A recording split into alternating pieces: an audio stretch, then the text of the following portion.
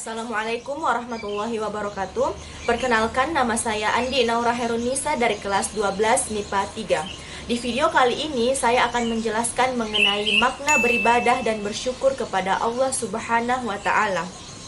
Yang pertama, pengertian ibadah. Pengertian ibadah sangat luas.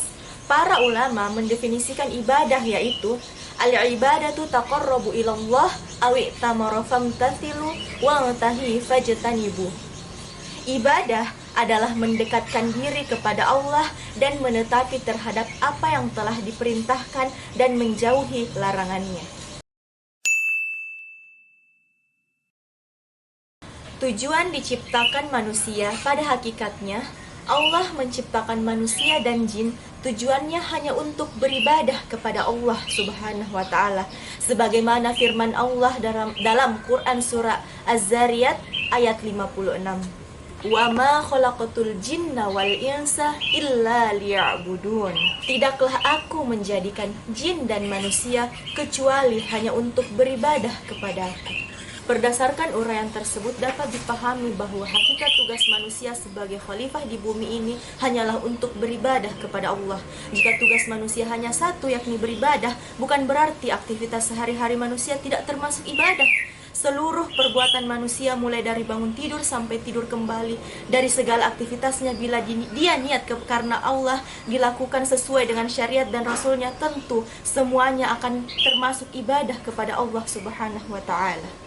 Kewajiban beribadah kepada Allah merupakan konsekuensi dari janjinya kepada Allah. Ketika janin berumur 120 hari di dalam rahim ibu, Allah mengutus malaikat untuk meniupkan ruh kepada Allah, mengadakan perjanjian. Adapun isi perjanjian tersebut dijelaskan dalam Quran surah Al-A'raf ayat 172. Wa idh akhadha rabbuka min bani adama min zuhurihim dzurriyyatahum wa ashhadahum ala anfusihim alastu bi rabbikum qalu bala syahidna an taqulu yawmal qiyamati inna kunna an hadza ghafilin. Dan ingatlah ketika Rabbmu mengeluarkan keturunan anak-anak Adam dari sulbi mereka, dan Allah mengambil kesaksian terhadap mereka seraya berfirman, bukankah aku adalah Rabbmu?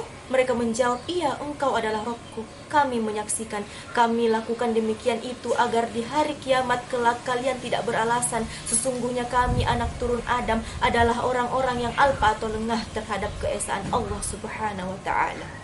Setiap manusia, siapapun orangnya, sangat membutuhkan rahmat Allah. Kata rahmat adalah masdar atau kata kerja yang dibendakan dari kata rahma yarhamu, yang berarti kasih sayang.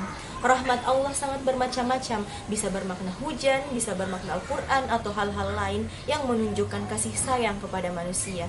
Namun, rahmat Allah yang paling dibutuhkan manusia yang menyebabkan seseorang dimasukkan ke dalam syurganya. Rasulullah Shallallahu Alaihi Wasallam bersabda, salah seorang dari kalian tidak akan diselamatkan oleh amalnya. Para sahabat bertanya, tidak juga dengan engkau ya Rasulullah? Beliau menjawab, tidak juga saya. Hanya saja Allah telah melimpahkan rahmatnya kepadaku. Mensyukuri nikmat Allah Azza wa Jalla berarti menempatkan segala kenikmatan yang diberi itu sesuai pada tempatnya dan sesuai dengan tuntutan yang dilanjutkannya. Mensyukuri nikmat Allah memiliki kaitan erat terhadap ibadah kepadanya. Allah Subhanahu wa taala berfirman dalam Al-Quran, Quran surah An-Nahl ayat 114. Fakulu mimma razaqakumullahu halalan thayyiban washkuru ni'matillahi in kuntum iyyahu ta'budun. Maka makanlah yang halal lagi baik dari rezeki yang telah diberikan oleh Allah kepada kalian, dan bersyukurlah terhadap nikmat Allah jika hanya kepadanya sajalah kalian menyembah. Bersyukur dapat ditujukan kepada Allah dan juga ditujukan kepada manusia. Perwujudan dari syukur kepada manusia adalah dengan cara membalas perbuatan baik dengan yang lebih baik lagi, atau ihsan, atau setidaknya sama. Syukur dapat diartikan sebagai ungkapan terima kasih kepada pihak yang telah berjasa baik dalam bentuk moral maupun material. Bersyukur itu ucapan dan perbuatan. Bersyukur dengan lisan yaitu memuji dan mengakui bahwa hanya Allah yang patut dipuji. Sementara bersyukur dengan anggota badan adalah beribadah kepada Allah dengan taat dan patuh terhadap segala apa yang diperintahkan dan menjauhi segala apa yang dilarangnya. Ada beberapa hal yang patut dijadikan teladan agar sebagai manusia selalu menjadi orang yang bersyukur. Yang pertama, hati mengakui bahwa semua nikmat berasal dari Allah Subhanahu wa taala. Segala nikmat yang paling utama adalah nikmat hidayah Allah berupa agama Islam. Untuk mensyukuri nikmat yang paling besar ini dengan bersungguh-sungguh dalam mempelajari dan memahami Al-Quran dan hadis Rasulullah SAW. Karena segala nikmat semua datangnya dari Allah Subhanahu wa taala. Yang kedua, lisan selalu mengucapkan kalimat thayyibah sebagai bentuk pujian kepada Allah. Bersyukur dengan lisan, yaitu dengan memujinya melalui kalimat thayyibah. Allah sangat senang apabila dipuji oleh hambanya. Allah cinta kepada hamba-hambanya yang senantiasa memuji Allah. Bahkan ketika tertimpa musibah atau melihat sesuatu yang tidak menyenangkan, sebaiknya tetaplah memuji kepada Allah Subhanahu wa taala. Yang ketiga, menggunakan nikmat Allah untuk beramal saleh.